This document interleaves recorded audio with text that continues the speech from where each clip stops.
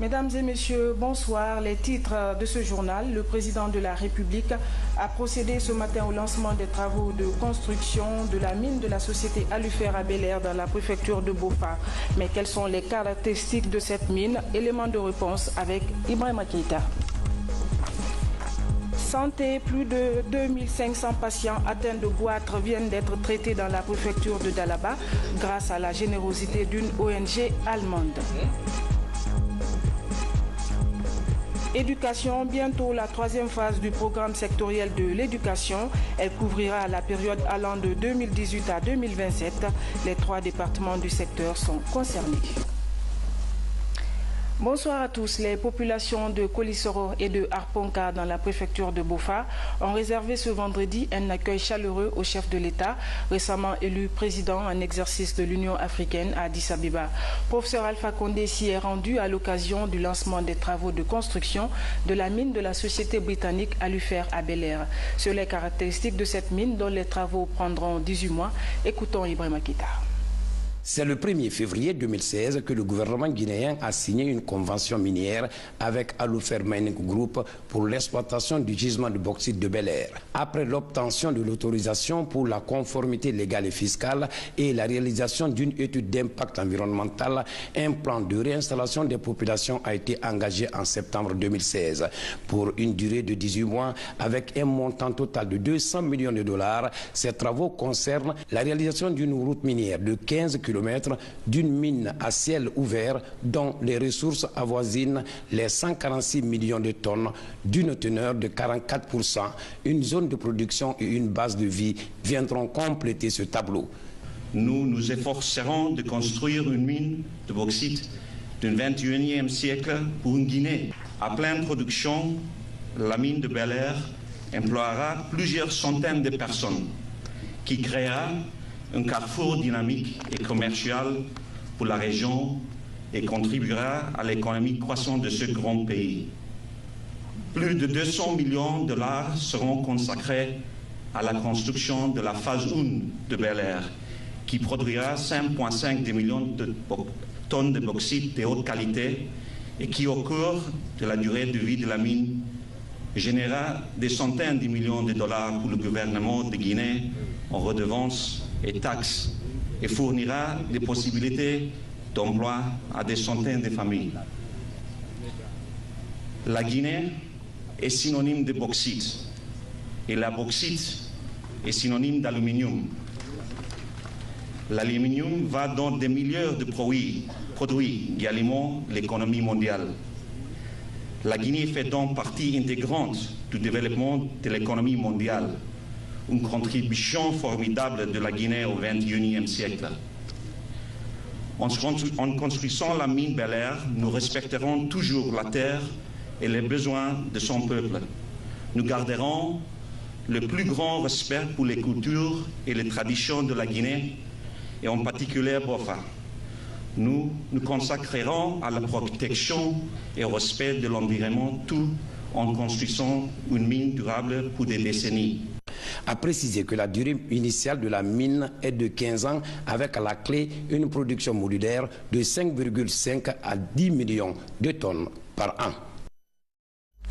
Ainsi que vous le voyez, Bel-Air Mining sera réalisé dans le district de Koundindé, préfecture de Bofa. Le site comprendra une base vie, une zone de stockage et bien d'autres commodités, mais surtout constituera un pôle d'emploi de la jeunesse. Le coût d'investissement du projet est estimé à plus de 200 millions de dollars américains. Reportage Mohamed Lamine Souma. Ce sont les premiers coups de pelle du lancement d'un tout nouveau projet minier appelé Bel-Air Mining qui sera réalisé par la société Alufer ici dans le district de Koundindé relevant de la sous-préfecture de Duprou, préfecture de Bofa. Sous le leadership du président Alpha Condé, un nouveau projet minier bauxitique est donc né en Guinée. La première dans la préfecture de Bofa, érigé en entité administrative depuis 1874. Délai de réalisation, 18 mois. Il sera composé d'une base vie pour 300 travailleurs, d'un port, d'une zone de stockage et bien d'autres infrastructures. Excellence, Monsieur le Président de la République, dès 2011, vous avez engagé la Guinée dans des réformes sans précédent dans le secteur minier. Loin d'une simple cérémonie, l'événement qui nous réunit aujourd'hui est donc une preuve concrète que la voie que vous avez tracée dès 2011 porte ses fruits. Le lancement aujourd'hui des travaux de construction des infrastructures indispensables à la mise en exploitation des bauxites de Bel-Air dans la préfecture de Bofa est aussi la matérialisation de l'engagement d'Alufer Mining et de promoteurs guinéens que je tiens à saluer. L'ambassadeur de la Grande-Bretagne en Guinée, dont le pays est partie prenante dans ce projet minier Bel-Air Mining, a rappelé le contexte difficile de l'économie guinéenne dans lequel est née cette nouvelle compagnie minière.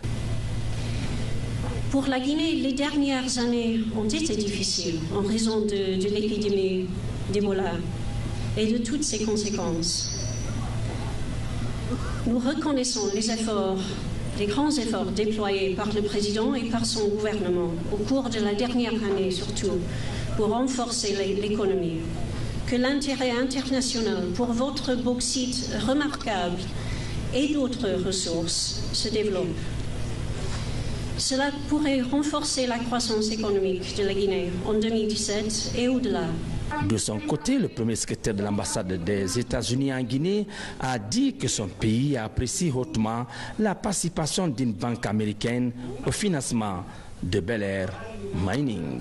L'investissement dans la mine de Bel-Air représente un investissement par le secteur financier en Guinée. Le président Alpha Condé a renouvelé sa volonté d'œuvrer à faire de la Guinée le premier producteur mondial de bauxite. C'est un plaisir pour moi d'assister au lancement des travaux pour l'exploitation de la bauxite de Bel-Air. Nous sommes très heureux que les trois sociétés américaines, anglaises et d'Afrique du Sud se soient associées pour lancer ce projet. J'espère qu'à leur suite, nous aurons beaucoup d'autres sociétés américaines, britanniques et Sud-Afrique pour venir travailler en Guinée. Pour cela, il faut qu'on les mette dans les meilleures conditions de travail afin d'encourager d'autres à venir. La Guinée a les plus grandes réserves du monde de bauxite, mais nous sommes très peu représentés sur le marché international. Nous avons donc décidé que la Guinée va devenir le premier producteur de bauxite dans le monde, s'il plaît à Dieu. Mais il ne s'agit pas seulement de produire la bauxite et vendre. Nous voulons aussi transformer une bonne partie de ce bauxite de place en aluminium. Car si nous ne transformons pas en place, nous ne pourrons pas industrialiser notre pays. Pour accompagner les sociétés minières, nous sommes en train de négocier avec une société de Dubaï pour la construction d'une centrale à gaz de 200 MW à Kamsar, afin que nous-mêmes nous les accompagnions dans la transformation de la bauxite en aluminium. La bauxite doit être une grande richesse de la Guinée. Mais notre objectif, c'est de faire de l'agriculture le secteur prioritaire, car c'est l'agriculture qui peut employer le maximum de personnes et donner à manger aux Guinéens. C'est pourquoi nous allons sérieusement développer l'agriculture, surtout que Bofa est une grande région productrice. Les sociétés minières qui viennent signer avec nous des accords pour l'accompagnement des communautés locales et aussi l'emploi jeunes et aussi la sous-traitance avec les entreprises guinéennes. Je ne sais pas si nos partenaires d'Alifer comprennent dessous, mais la dame Baga qui est venue a proposé une plainte. Vous savez, il faut une culture de riz dans la mangrove. Malheureusement, parfois, l'eau de mer rentre. Donc, pour empêcher cela, il faut construire une digue. J'espère que Alifer va s'associer avec nous pour construire cette digue afin que l'eau de mer ne vienne plus empêcher la production de riz. Mais si nous voulons encourager les cultures vivrières comme le riz, le fonné et autres, nous voulons aussi encourager les cultures d'exportation. Je félicite la population de Bofa, car l'année dernière, ils ont semé toutes les semences dans la carte qu'on leur a donnée. Cela nous encourage. Si l'année dernière, nous avons fait 204 000 hectares dans la carte en Guinée, Cette année, nous comptons faire 300 000 hectares. Donc, nous demandons à la population de Bofa et de Bel-Air de se préparer de nouveau à améliorer la production dans la canne. Mais cela ne suffit pas. Bofa est une région de palmiers. Bien sûr, nous avons les palmiers de l'ancienne période qui sont très hauts. Nous avons commencé à importer des palmiers nains de Côte d'Ivoire, déjà en forêt. Nous allons faire la même chose aussi à Bofa et dans la Basse-Guinée, afin de développer la culture de palmiers et de favoriser la transformation du palmier en huile de palme. Donc, Bofa a un grand avenir, non seulement au point de vue des mines, mais aussi au point de vue de l'agriculture. Car c'est l'agriculture qui peut nous permettre de faire avancer notre pays. Car les mines, c'est bien, mais les prix varient. On n'est pas maître de marché international. Par contre, la population du monde augmente et il y a moins de nourriture. Donc, les cultures vivrières auront toujours un marché extrêmement important. Dernièrement, quand j'étais en Italie, nous avons des services de société qui sont prêts à venir en Guinée pour faire de l'ananas bio et de riz bio, parce qu'il y a un grand marché. Et la Guinée a de très grandes capacités agricoles. Pourquoi on dit que nous sommes un scandale agricole? C'est bien de développer les mines, mais nous allons privilégier l'agriculture et la transformation de nos produits agricoles en produits industriels. C'est ça qui va permettre à la Guinée de devenir un pays émergent. Et nous avons aussi négocié avec une société. Nous avons déjà fini les plans de rénovation de Bel-Air, car nous voulons faire un hôtel 3 étoiles afin de développer le tourisme. Parce que les Italiens qui sont venus pour faire la rénovation, ils ont dit que le Bel-Air c'est plus joli que l'île Maurice. Ça veut dire que si nous développons des hôtels et des routes, la Guinée sera un grand pays touristique, car nous avons un très beau pays. Malheureusement, notre pays n'est pas très connu à l'extérieur. Nous n'avons pas les hôtels et les routes, parce que qui dit tourisme dit hôtel et route. C'est pourquoi nous allons développer ces infrastructures et transformer le Bel-Air. Mais pas seulement Bel-Air.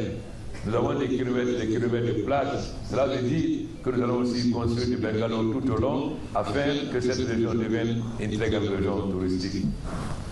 Bofa Pori, Guinée, nous dit, nous rafatons, nous, Américains, Anglais, nous, Sud-Africains, du projet l'ACP. Nous insistons beaucoup avec nos partenaires miniers que nous voulons développer les mines, mais en préservant l'environnement. Nous n'allons pas commettre l'erreur d'autres pays qui ont développé les mines au détriment de l'environnement.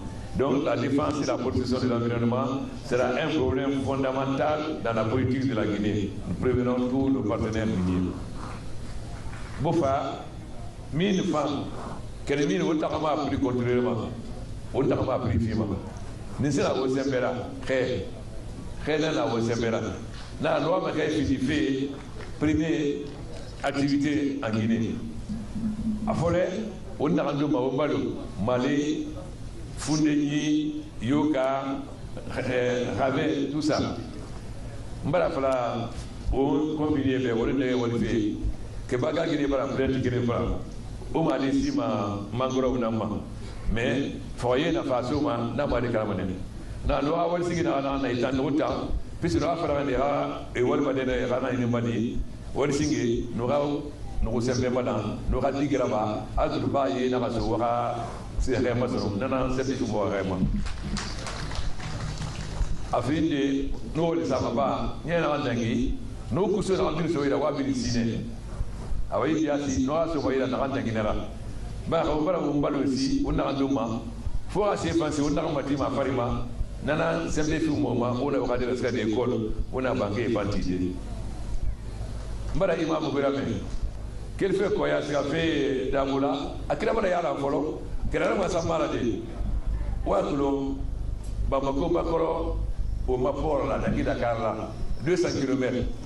Donc, Kira n'a pas kilima port, à Bamako, Hanakira femme, au Mapor n'a fini ma Malira importation.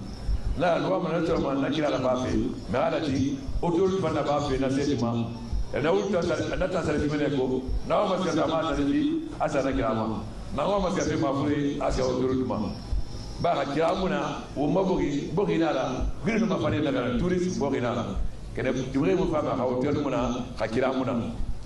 You tell them Nabi, nobody Lama, nobody Fabrera, Ebaramoto, à la Walflam et à Fidou, 3 étoiles là.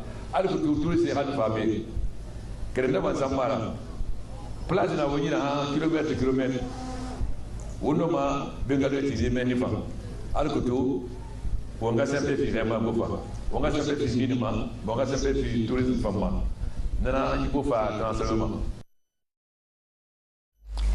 Vous suivrez l'intégralité du discours du président de la République dans nos prochaines éditions d'information. Et puis ce communiqué avant de poursuivre ce journal, le président de la République, chef de l'État, professeur Alpha Condé, se rendra à Caleta le 4 février 2017 pour le lancement des travaux de l'interconnexion du projet énergie de l'Organisation pour la mise en valeur du fleuve Gambie. Le caractère régional du projet que nous lançons demain et qui reliera les réseaux électriques des 4 pays membres de l'OMVG, les réseaux électriques de l'OMVS, de Transco Côte d'Ivoire, Libéria, Sierra Leone et Guinée et la liaison Mali-Guinée participe à la vivification de nos relations et cultive la solidarité entre nos pays frères, a indiqué le professeur Alpha Condé avant son départ pour le site de Caleta, signé le bureau de presse de la présidence de la République. L'assainissement, un sujet de préoccupation pour les autorités. Il vous souviendra que c'est avec insistance que la question de l'assainissement a été évoquée hier par le chef de l'État, aussi bien à la place des martyrs qu'avec les imams. Des emballages plastiques contribuent grandement à l'insalubrité.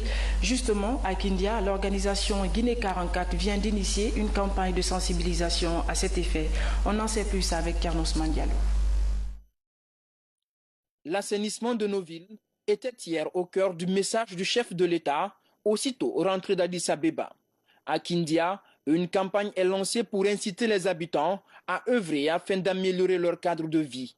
Les initiateurs invitent les populations à s'abstenir d'utiliser les emballages plastiques ou à éviter de les jeter dans la rue. Concernant les déchets plastiques, ces déchets-là, ils peuvent rester jusqu'à 3000 ans sans se dégrader. C'est une pollution à différents niveaux. C'est une pollution visuelle. On le voit tous. On voit les sacs Koya, on voit les forêts sacs, on les voit dans les quartiers, on les voit sur la route, on les voit dans les maisons, dans les champs. Donc c'est la première pollution qui est visuelle. Mais il y a une pollution qui n'est pas visible et qui est d'autant plus grave car c'est une pollution qui est chimique. Les conséquences de cette double pollution sont enseignées aux citoyens directement ou à travers des sketchs. La ville des Agrumes est considérée comme l'une des plus propres de la Guinée, mais avec l'urbanisation et la prolifération des eaux minérales, la gestion de ces emballages devient un casse-tête pour les responsables, d'où l'importance d'appeler les citoyens à plus de responsabilité dans la protection de l'environnement. Nous devons considérer l'assainissement, la ville de Kindia, comme notre propre corps. Parce que si votre corps, si vous ne le lavez pas tous les jours, il va sentir mauvais.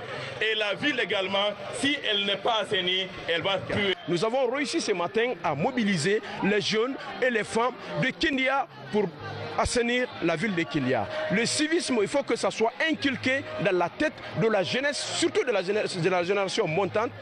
Cette campagne de lutte contre les emballages plastiques à Kindia est initiée par l'organisation Guinée 44 et est soutenue par l'AFD Canal+. Renforcement du système sanitaire en province, plus de 2500 patients atteints de goitre viennent d'être traités dans la préfecture de Dalaba. C'est une action menée par une ONG allemande. Plusieurs autres pathologies ont été soignées, notamment la tumeur des hémorroïdes ou encore la hernie. Mamadou Patebalde, Younoussa Tawel Kamara. Acha Kader Kamara est étudiante à l'université Miage à Anko 5, ici à Conakry. Depuis l'enfance, elle souffrait d'un goitre spécifique de deux côtés.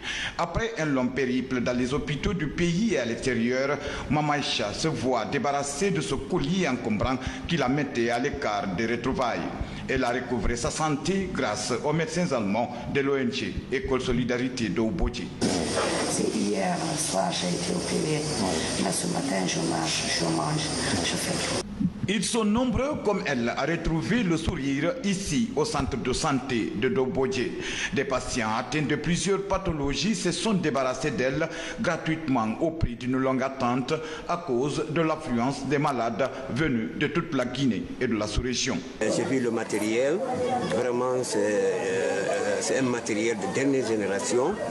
Vraiment, il faut remercier l'équipe, il faut remercier tous ceux-là qui ont contribué à la formation de cette ONG médicale et solidarité pour Dobodje. Au cours de ces interventions, les médecins allemands ont surtout consulté et traité gratuitement près de 2500 patients. Des personnes souffrant de maladies à haut risque comme la hernie, la rétention urinaire, les tumeurs aiguës, l'hypertension, l'hémorroïde et d'autres pathologies liées aux infections respiratoires. La troisième équipe des ophtalmologues est attendue à Poitiers au mois de novembre 2017.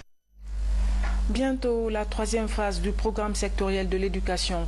Elle couvrira la période allant de 2018 à 2027. Les 3 départements du secteur sont concernés. La démarche vise à revigorer le système éducatif guinéen. Amadou Touré. Le programme sectoriel de l'éducation PSE est une initiative du gouvernement guinéen appuyée par les partenaires techniques et financiers. À travers l'initiative, plusieurs réalisations ont vu le jour dans le secteur de l'éducation en Guinée. À ce jour, un programme intermédiaire tend vers sa fin. C'est pourquoi les spécialistes élaborent un nouveau plan décennal allant de 2018 à 2027. Il tient compte du rapport d'état du système éducatif national, RESIN. Toutes les composantes seront prises en charge parce qu'il s'agit de l'avenir des enfants, il s'agit de l'avenir du pays.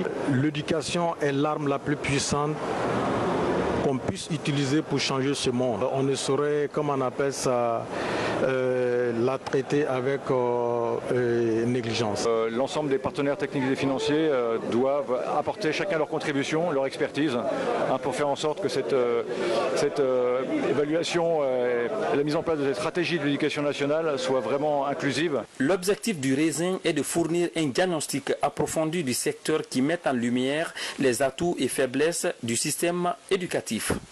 Et les experts de l'IIPE Pôle de Dakar apportent un appui technique à l'équipe nationale guinéenne tout au long de ce diagnostic qui va durer jusqu'au mois d'août 2017 et qui va permettre en fait d'identifier les forces et les faiblesses du système éducatif. Le travail qui se fait aujourd'hui va continuer à prendre en compte ce qui est naturellement une préoccupation du système éducatif, c'est-à-dire l'amélioration de la qualité d'enseignement, l'élévation du taux de scolarisation. Je pense que le pilier qui constitue le système éducatif, à savoir l'accès, la qualité et la gouvernance vont continuer à être des préoccupations pour nous. Selon les experts, les résultats des précédents programmes sectoriels de l'éducation sont encourageants. Plus de 70% des enfants entre 7 et 12 ans sont scolarisés. Une semaine durant, ils vont se pencher sur les méthodes de collecte, de conservation et de numérisation des manuscrits en Guinée. Des experts maliens sont à Conakry pour un partage d'expériences et de stratégies.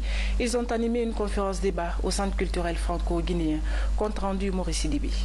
Pendant plus d'une heure, Dr Abdelkader Aïdara et Banzoumana Traoré, des spécialistes maliens en conservation des manuscrits, présentent leur expérience sur la situation des manuscrits en Afrique de l'Ouest. À travers son ONG, Dr Aïdara a collecté, restauré et numérisé plus de 377 000 manuscrits au Mali. Pour lui, les manuscrits constituent l'identité culturelle des sociétés africaines.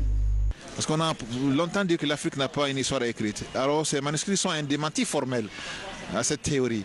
Et l'UNESCO a mis l'accent sur ces manuscrits et a donné des moyens pour créer des centres de conservation de ces manuscrits. Donc c'est pour montrer que ces manuscrits ont une valeur scientifique. Cancan, au XVIIIe et au XIXe siècle, ce royaume, sous l'impulsion de Cheikh Chérif Fanta Madi, nous a légué aussi des manuscrits.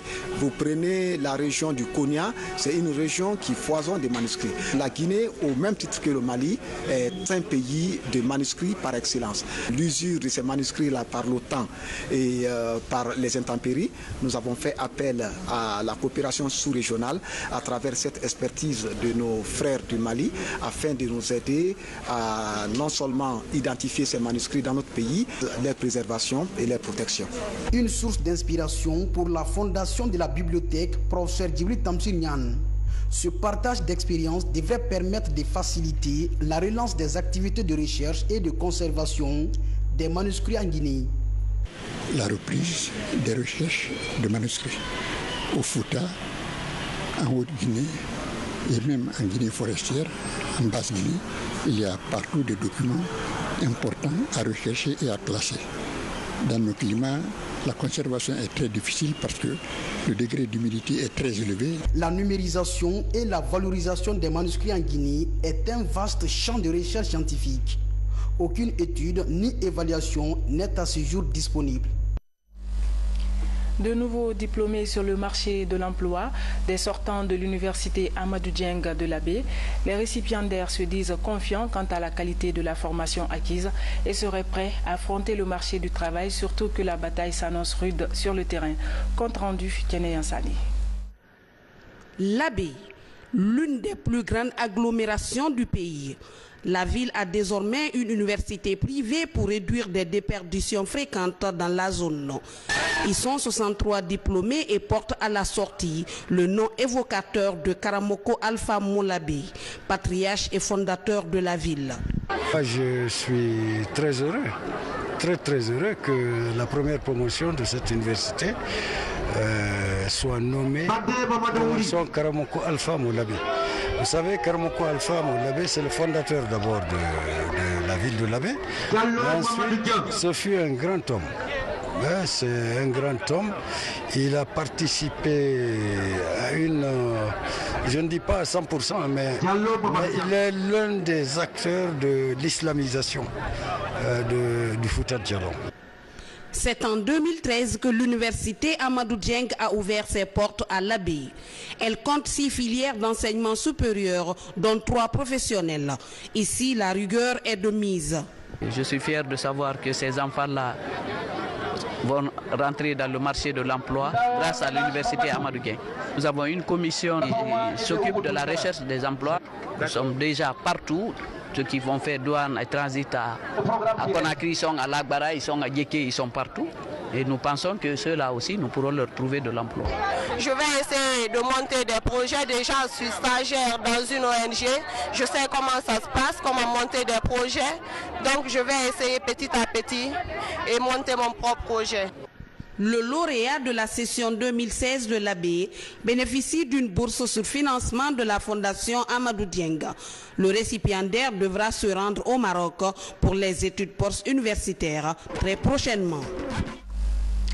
Page noire, le monde de la culture en deuil. L'artiste Mohamed Kamara, connu sous le nom Branco, membre du groupe traditionnel Les Étoiles de Boulbiné, est décédé ce matin au CHU d'Ignasdine. Branco aurait passé 7 jours dans le coma des suites d'un AVC avant de rendre l'âme. Il a été inhumé cet après-midi, âgé d'une trentaine d'années. Il laisse derrière lui 3 enfants. Paix à son âme. Je vous invite à suivre un extrait du clip fétiche que nous laisse comme par prémonition ce grand artiste en herbe.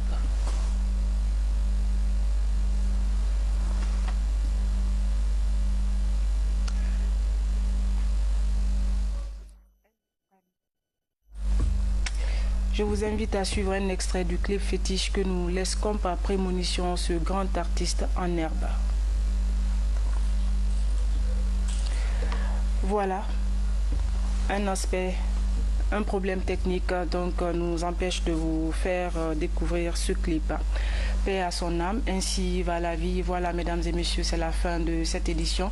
Merci de nous avoir reçus chez vous. Bonne suite de programmes télévisés. Bonsoir et à demain.